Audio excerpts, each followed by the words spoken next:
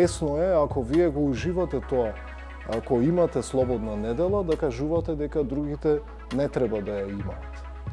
Но во тој случај, кога некој нешто ужива, а некој не го ужива тоа истото, тоа зборуваме за привилегија.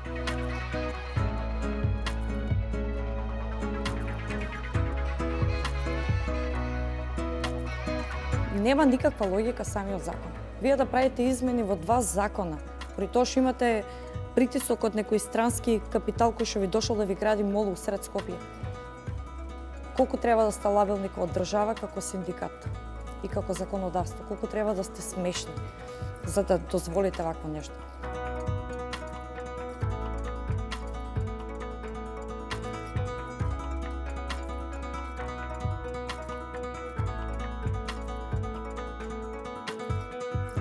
Не може воопшто да се каже дека е победа за работниците, бидејќи фактички само мало проширување на бројот на работници кои го имаат недела за слободен ден дојде преку новиот закон. Овој закон е еден правен куриозитет, така да речеме, не само што е долг членот со неговото воведување 2,5-3 страници, туку има 40 исклучоци и има на крајот исклучок од исклучоците. Значи малку беа тие 40 исклучоци на цели сектори, туку беше додадено и дека одреден сектор кој е вклучен во производството на претходните 40 исклучоци и тие треба да работат во недела. Така што далеку по јасна ќе беше сликата ако решеа во законот да наведат некои сектори и индустрии се исклучени, туку каде се воведува слободниот ден недела. Се вели дека во законот за трговија, односно трговските центри ќе работат, ќе земат 100% поголема дневница, а останатите за 50% зголема дневница. Одма имате дискриминација меѓу едни работници кои што работат во недела и други работници кои што работат во недела.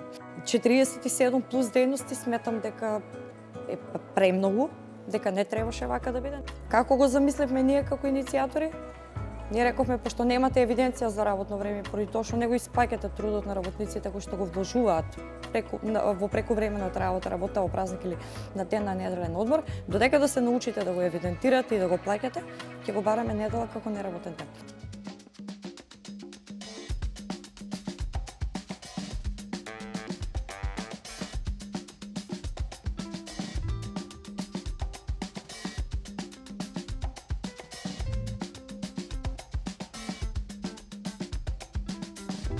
Има навистина неопходни дејности кои никој разумен нема да рече дека треба да паузираат еден ден во неделата, било тоа недела, било тоа вторник.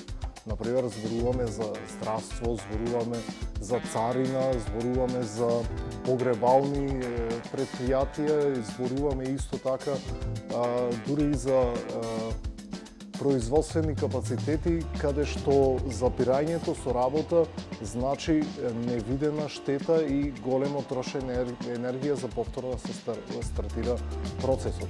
Но секогаш постои нешто што се вика дежурство.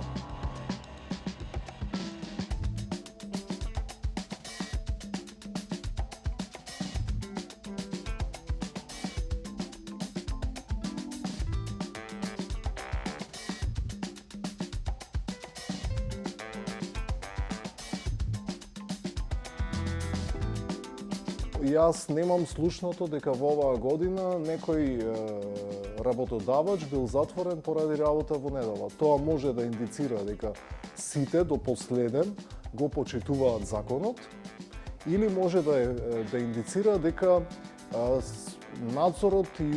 надзорот не се спроведува како што треба. Многу често во вакви ситуации во Македонија ситуацијата е втората, тоест не се почитува законот и се крши. Тоа е согласно измените на Закон за инспекцијски надзор. Казните се многу намалени, така да 100-200 евра казна на некој работовач кој што со месеци не исплатил плата не му значи апсолутно ништо, а понатаму работниците да можете и право да се ги побаруваат само на суд, инспекторатот може да напише казната и да проверува само, да пушта помени и слично, и тоа е тоа. Воведувањето на недела слободен ден значи и одредена зрелост на општеството, каде што и одреден солидарен дух, каде што ние прифаќаме дека и другите го имаат она право на поминување на слободна недела со своите семејства и пријатели, што и ние го имаме. Значи, моментот на солидарност. И вториот моментот дека ние сме доволно зрели како луѓе да не го врзуваме убавото поминување на слободното време во недела со потрошувачка, а тоа значи дека некој од другата страна мора да работи за ние да го купиме тој производ.